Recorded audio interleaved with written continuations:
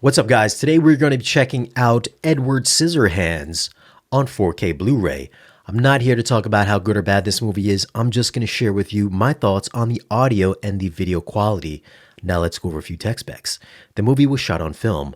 I couldn't dig up whether or not this had a 2K or 4K DI, but from the looks of it, I do think it might be a 4K DI. I believe the older Blu-ray that came out sometime like 10 years or a decade ago was based on a 4K scan of the OG negative. So I'm assuming, or the word on the street is that this 4K transfer is based off of that. The movie is rated PG-13, runtime is 105 minutes, aspect ratio is 185:1, and the audio gets a brand new Dolby Atmos mix. Unlike the older Blu-ray, that was in a DTS HD 4.0 mix, so you will not have to use your up mixer to extract that center channel information or the extra surround channel information. However, you might want to. Now, if you do want to find out what I use for these 4K reviews, there will be some links down in this video's description of all the equipment that I use, such as my projector, my TVs, and my audio system. So now let's hop on over to the Dolby Atmos Object Viewer, which also there will be a link down in this video's description that tells you all about what that does as well. So here coming in at around 47 minutes in, we can see that we have just a scene of Edward chopping some hair. And in this scene, there's a lot of music happening. It's happening outside. So for most of the stuff in this movie that does take place outside, it's mostly just light ambiance. There's always dogs barking in the background. There's birds constantly just chirping in the background. You'll always hear somebody mowing a lawn, maybe a car driving back and forth. But really, that's all that really happens in most of these outside shots. And those really light ambient effects, is really, really low level. It doesn't really take precedence over what's happening in the front channels. We can see here as the scene progresses, we do get some atmospheric effects that does happen up top, but I do believe that in this scene, it's mostly just some musical extension up there.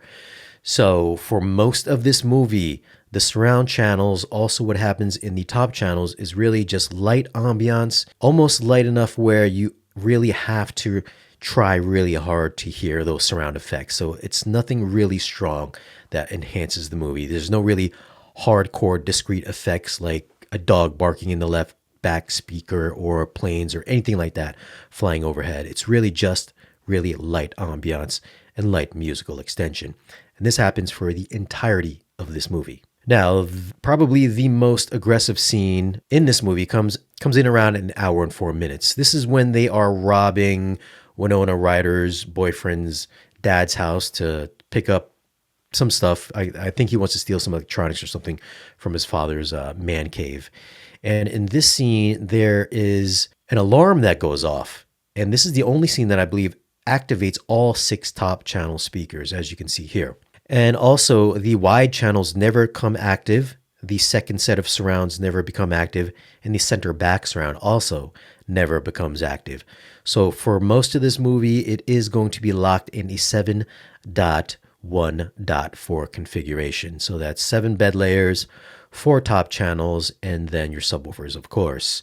And for this scene, again, at an hour, 4 minutes, this is the only scene that will activate all 6 top channels. And in those 6 top channels, you will hear that alarm beeping overhead. And of course, some of the musical extension, of course, finds its way up top as well. And the light ambience is in the lower surround channels.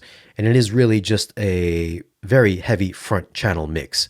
So I did mute the LCRs and listen to a few of the more busier scenes in this movie. And like I said, it's really light. There are no really hard discrete effects that fly throughout the room. It's really just LCR front stage heavy. Now, the good thing about this mix is that the audio from Danny Elfman is going to be the star of this audio mix, and it sounds fantastic. The soundstage is nice, big, and spacious. Bass response is pretty much really on the light side. That scene that I just showed you that comes in around an hour, 3 minutes into the movie where he's robbing the house, that does have the biggest bass response in this movie. And also towards the end of the movie where the Edward and Winona and the boyfriend has the showdown, This also has the second heaviest bass in the movie during that final fight battle scene.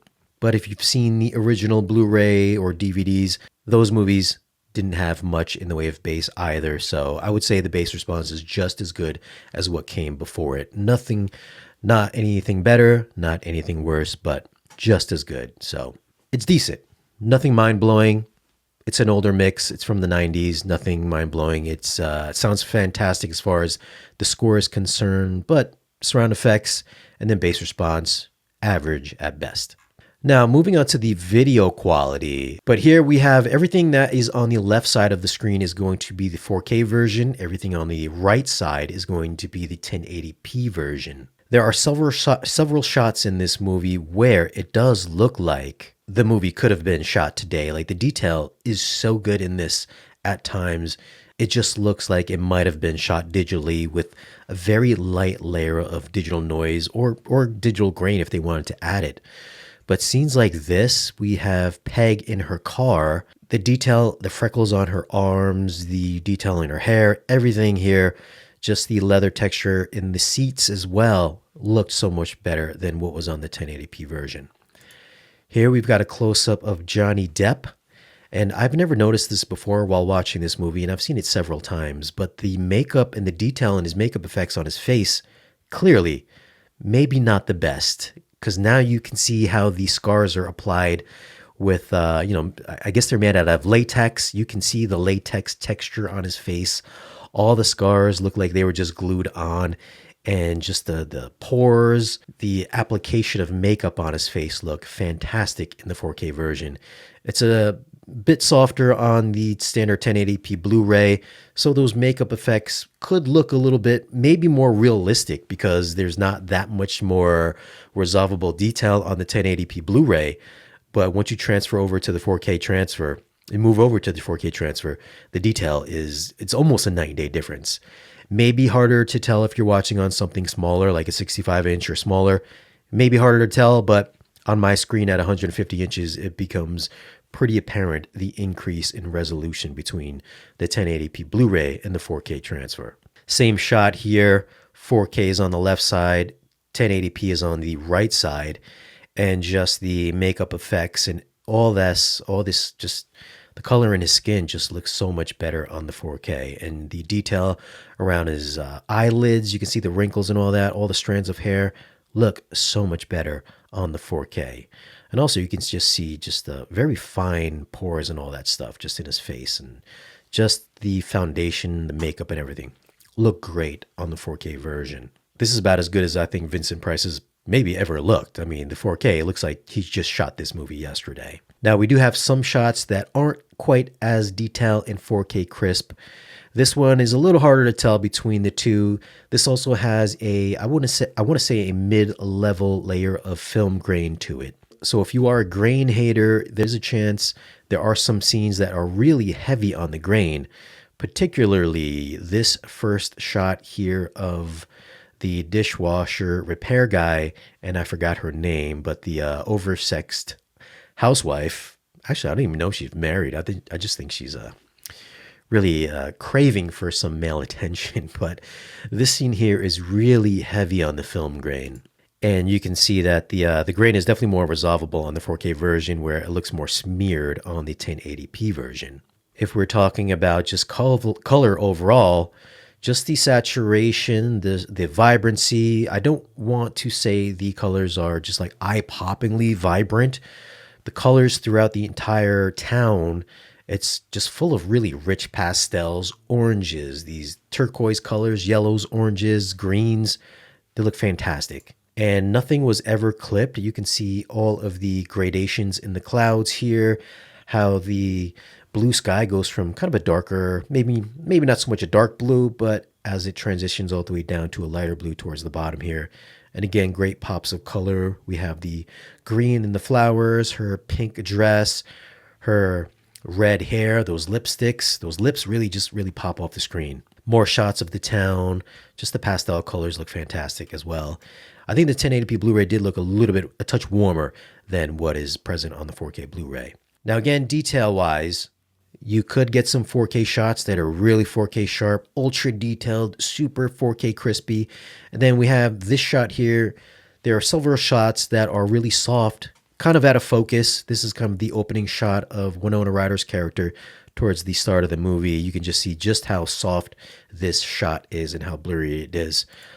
Now, with that extra detail, I mean, you can always tell that this was a composite shot where this is just like a miniature and they overlaid it, they composited it over the background here. And you can really tell now in the 4K version where that line is right across the tree line here, where it kind of like, it moves. You can tell that that's just a plate that they just overlaid on top of the foreground. So that was pretty apparent. It was always kind of apparent in the 1080p Blu-ray, but it's even more obvious here on the 4K transfer. Another thing with the added resolution, the castle, now noticeably fake looking. You can tell that this is just a straight up set. I don't know, maybe they used plaster or something to build the stonework, but this just looked like they were on a film set. I mean, it still looked great. Don't get me wrong. I love the set design in this movie, but all of this stuff here, you can tell they were just walking on a set. So the realism, maybe a little bit more believable on the 1080p Blu-ray just because it is so much more softer. But now with this extra resolution that 4K brings, you can really tell all of the set design, how people built things, like the detail in the crevices, the cracks in the stonework and everything like that. Just so much more apparent. Now, black levels are decent. I mean, there are some darker shots in this where really dark shadows do have a little bit of crush in it. But I just think maybe that's just the way they filmed it. I don't think it's an inherent defect of this transfer. But I mean, stuff like this still did look great. This is towards the end of the movie. This is the final battle. Once again, we have that shot of Edward where he's hiding in the shadows here. I've always thought he was a little bit bathed in darkness here, but actually the Blu-ray holds up pretty well. But just the extra resolution just brings out more detail here with the wider color gamut of 4K. So you can really make out what Edward looks like, his suit and everything like that, his hands. Really good detail in some of these darker, shadowy shots here. So overall, I mean, this is not a barn burner of a transfer. Regardless of how good the colors look in this, it's not going to push your TV's nits. But, this isn't dim like F1. It isn't dim like Free Guy. It's just, it looks good. It's not eye-searingly bright, once again, but the colors do look great overall. So for video quality, I'm a fan. I'm a big fan of this movie. I love the way it looks. I think this is a great increase coming from the 1080p Blu-ray. Video-wise, I'm going to go with a 9.2 for video. I think this is a great increase over the 1080p Blu-ray and definitely worth a purchase if you are a fan of the movie. Audio-wise, as far as Atmos mixes go, not much happening in the surround channels. It's mostly just really light ambiance. Some musical extension up top. There's a couple shots, a couple scenes in the police station that do have some nice echo effect in the surround channels. But again, overall, really light on surround effects, either for the top channels or on the lower bed channels. The best thing about this mix is going to be the musical score from Danny Elfman that still holds up really well. It's really dynamic, not a ton of bass, but just the right amount of bass. It's not going to drive your subwoofers or push your subwoofers at all. But the detail in the score, front stage heavy, still sounded great. I would say as far as Atmos mixes go, I'm going to go with a 7.8 for the audio mix. But the question is for you guys, have you seen this? Have you seen the 4K transfer? Do you think it's a worthwhile upgrade over the 1080p Blu-ray? Leave your comments down below. And do you think I rated it too high? Let me know in the comments. Now, if you do want to pick up this movie, I will leave some links for it down below in this video's description. As always, guys, thanks for watching. Be sure to like this video if you found it useful. If you want to support the channel, follow me on Patreon. That's patreon.com/Shane Lee. We got a great group of people over there. You can join for as little as $1 a month or join for 7 days for free for a 7-day free trial. Like this video if you found it useful and subscribe if you haven't already, and I'll catch you again in the next video.